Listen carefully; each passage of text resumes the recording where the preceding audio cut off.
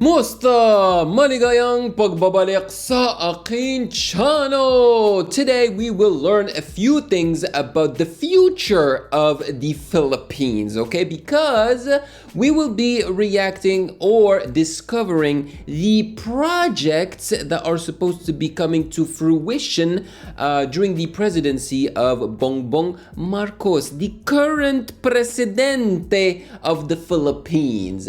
The title of this video is Top 10 Multi-Billion with a B mega projects of the Philippines 2025. My goodness! Alright, I am excited to discover them. Are you? That's the question. But before we start, make sure to follow me on Instagram at Music Game News because that is where you can DM me your suggestions. And without further ado, let's check it out. Let's learn a few things.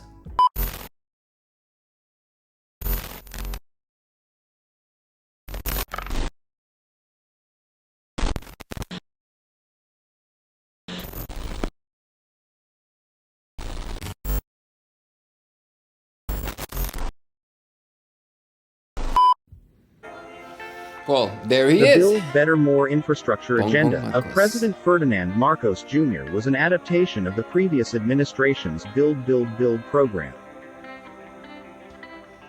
These infrastructure initiatives were the Philippines government's centerpiece program to usher the Philippines into its golden age of infrastructure.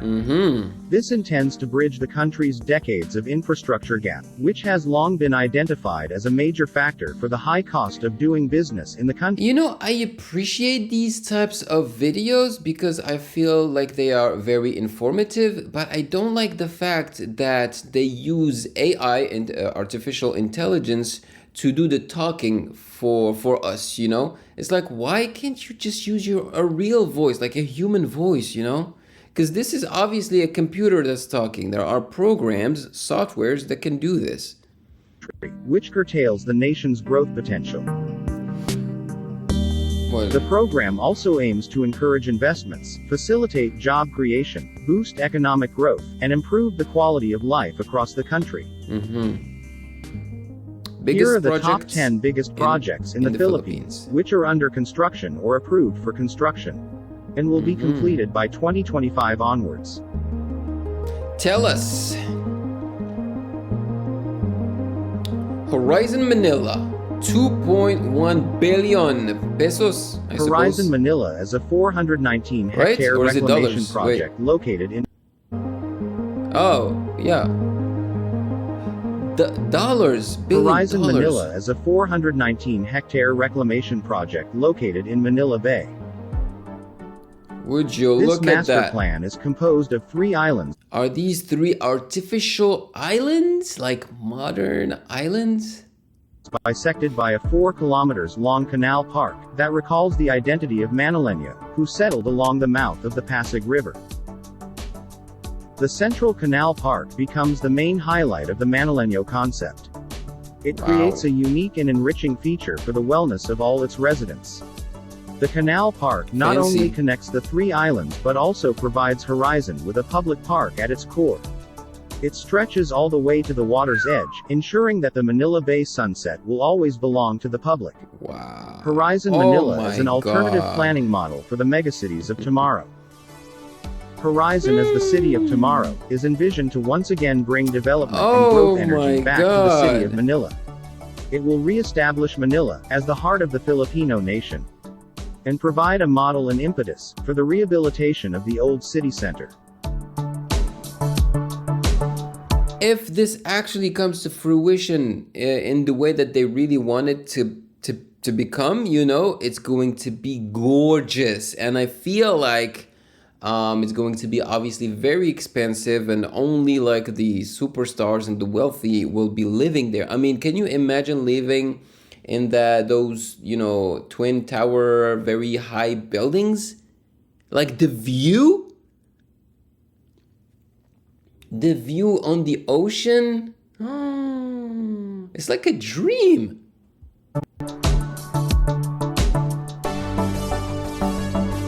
South Long Haul Project, $3.45 billion. Wow. PNR BICOL, or the South Long Haul Project, is an upcoming 565-kilometer intercity rail line in southern Luzon. It is part of the larger Luzon Rail System, a network of long-distance standard gauge lines being built by the Philippine National Railways throughout the island. It is one of the two lines that will reconstruct the historic PNR South Main Line, along with the electrified North-South Commuter Railway South section from Manila to Calamba, Laguna. The rail line will span 39 cities and municipalities, 4 provinces, and 2 regions.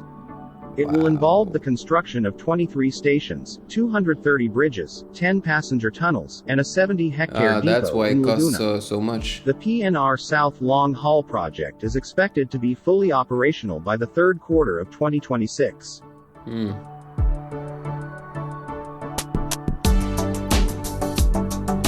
Bataan Cavite Interlink Bridge.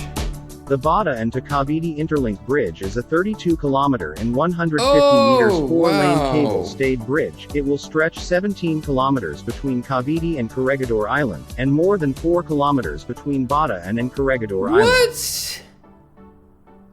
That is so long. The project will involve the construction of 2 cable-stayed navigation bridges, the North Channel Bridge, with a main span of 400 meters.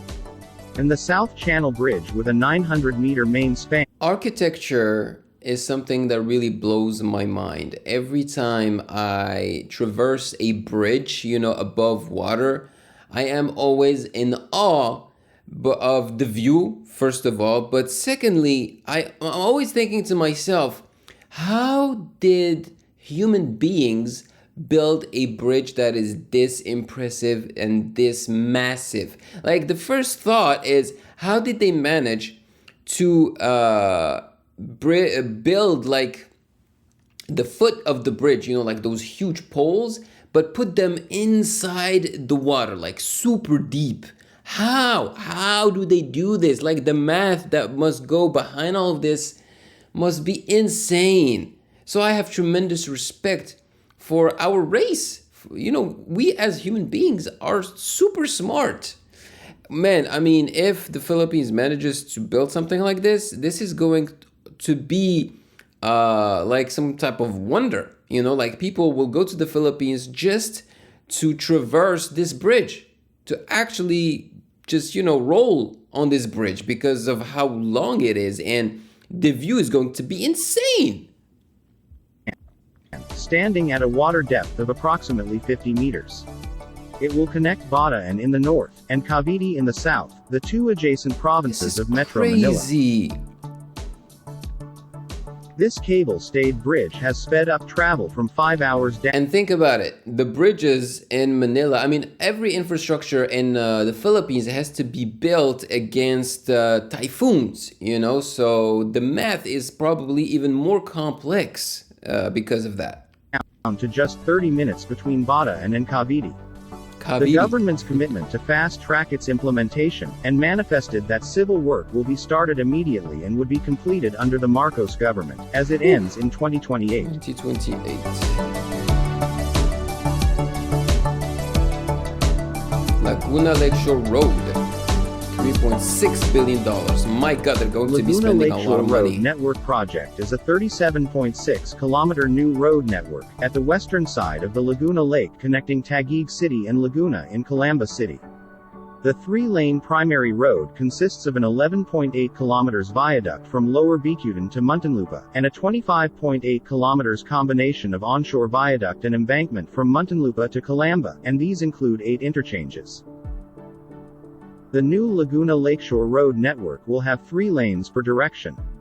The detailed engineering design is currently being carried out by local and Japanese construction firms and will last until February 2023. The new road network is expected to provide a faster alternative to motorists traveling south or north. It is also expected to boost the economies in central and southern Luzon. That's the purpose of highways and roads. Whoa, another bridge. Panay Guimaras Negros Bridge. The Panay-Guimaras to Negros Bridge project involves the construction of 32.5 kilometer 4-lane bridges, including connecting roads and interchanges that will connect the islands of Panay, Guimaras, and Negros in western Visayas. The projects have two components. These are the 13-kilometer Panay to Guimaras section, which will have a sea crossing bridge length of 4.9 kilometers, and the Guimaras to Negros section with a total length of 19.4 kilometers, including a sea crossing bridge length of 13.1 kilometers. The detailed engineering design of the project was drawn up with two Korean groups, the Yoshin Company and Sambo Engineering and Construction Company. The project is expected to commence engineering services this year, and begin construction in 2025.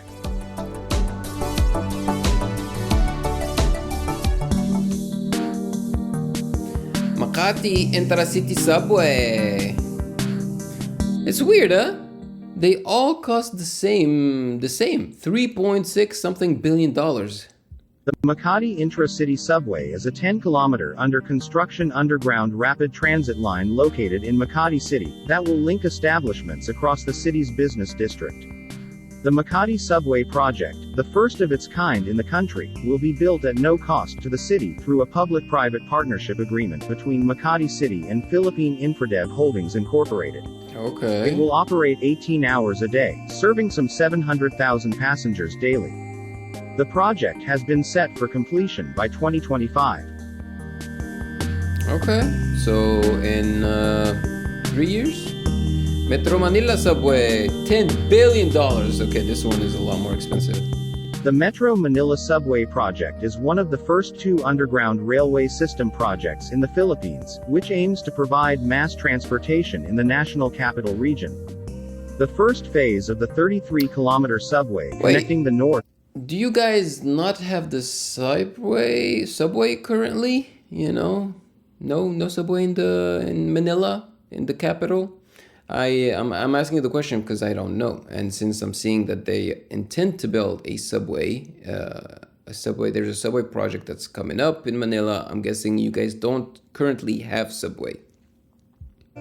And south of Metro Manila will run from Mindanao Avenue in Valenzuela City to the FTI compound in Taguig City, with a spur connecting to the Ninoy Aquino International Airport.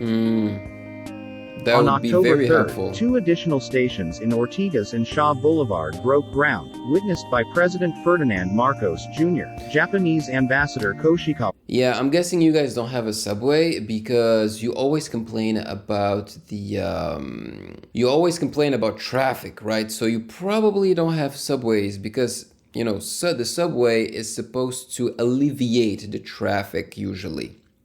So this is a very good idea for the Philippines, and it will help with tourism as well. You know, when you know there is a subway that connects the airport to the capital, man, it's so much easier for like tourists. You know, you get to the country, you take the subway from the airport to the city, and ta-da, you're in the city. You know, you avoid all the traffic. Kazuhiko, and Transportation Secretary Jamie Bautista. Groundworks started in the first quarter of this year, while the tunneling works of the partial operability section started last June 2022.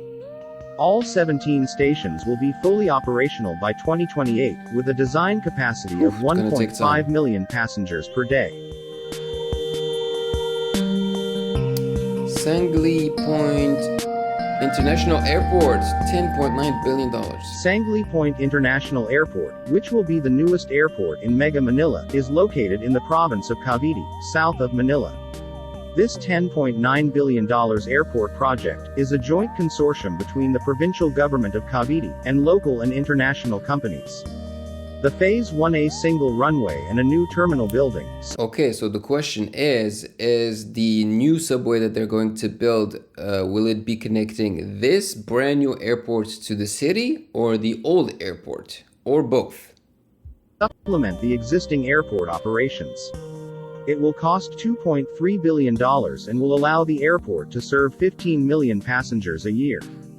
Phase 1B will add one runway, and enable the relocation of the existing airport operations to the new airport. It will require $2 billion to increase capacity to 25 million passengers. Holy moly. Phase 2, ultimate capacity can be increased with a third and fourth runway.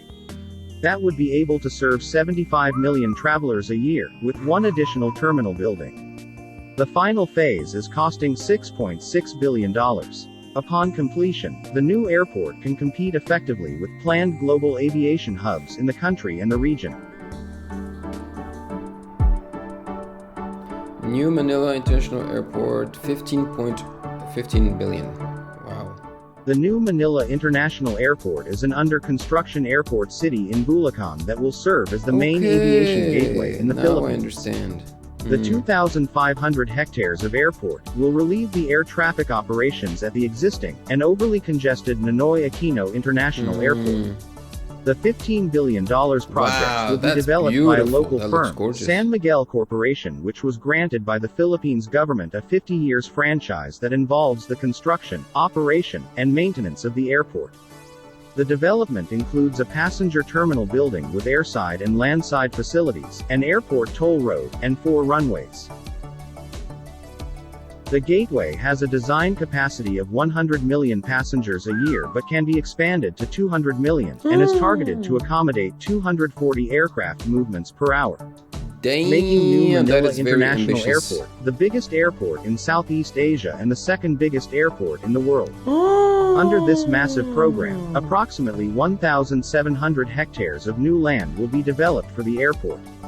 The land development project is set to be designed according to the highest technical and environmental standards to withstand potential large earthquakes, local typhoons, and future sea level rise. This capital project is expected to be completed by the end of 2024. What? 2024, I hardly think so. I doubt it. That sounds like a massive project that will take time. Very ambitious, and I cannot wait to see what they do with that. Next, north-south commuter rail? Okay, $15 billion. Ay. Oh my goodness. PNR North-South Commuter Railway is envisioned as a 163-kilometer suburban railway network, connecting the regional business districts in Clark and New Clark City in the north, passing through central Manila to Calamba City in Laguna Province, south of the capital. NSCR construction has been divided into 3 segments. From the north, the Malolos-Clark Railway projects will see developments of a 53-kilometer north of the capital. This project covers the section from Malolos, a suburb north of Manila, to Clark and Clark International Airport in Pampanga. NSCR projects include the 18-kilometer northern extension, from Clark to New Clark City. The inner part of the NSCR package covers the 38-kilometer central core, linking Totoban in Manila to Malolos City. The southern section would be the 55-kilometer southern corridor connecting Blumentritt in Manila to Calamba City. Once fully operational, the NSCR corridor is expected to carry up to 1 million passengers per day. Huge capacity. While the biggest and the most ambitious project of Clark urban City, development in the $60 billion. Philippines is the conversion of 9,450 hectares of property in Clark into New Clark City, envisioned to become the newest economic hub of Asia. Phase 1 of the project, costing $14 billion, which housed the satellite government offices and a first-class sports village, was fully completed last year. The project is expected to cost $60 billion, which will be carried over decades of development and will be financed both from the government and private companies. That is insane. When completed, these projects are expected. They intend to basically build a new city. Of course, it's going to be built over multiple decades. This takes time. To bring important benefits to the Philippine economy and to the lives of ordinary citizens. More generally, improvements in the quality of infrastructure services will help cut the cost of doing business, attract more investment, and enhance productivity around the country. Man. Horizon Manila, 2.1 billion. Okay, so they're just going back now. Okay, yeah.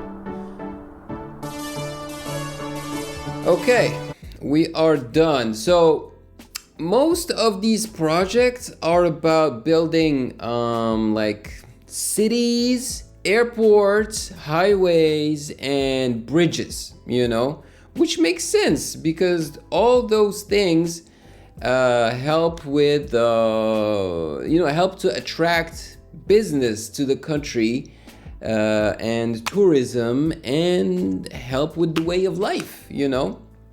So it makes complete sense, but it's going to cost so much money. So I wonder if they are going to be increasing the taxes of the Philippines.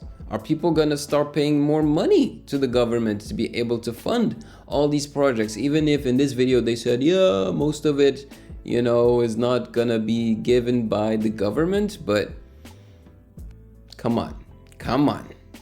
Or are they going to be borrowing money from other countries and put themselves in huge amounts of debt? That's probably not a good idea.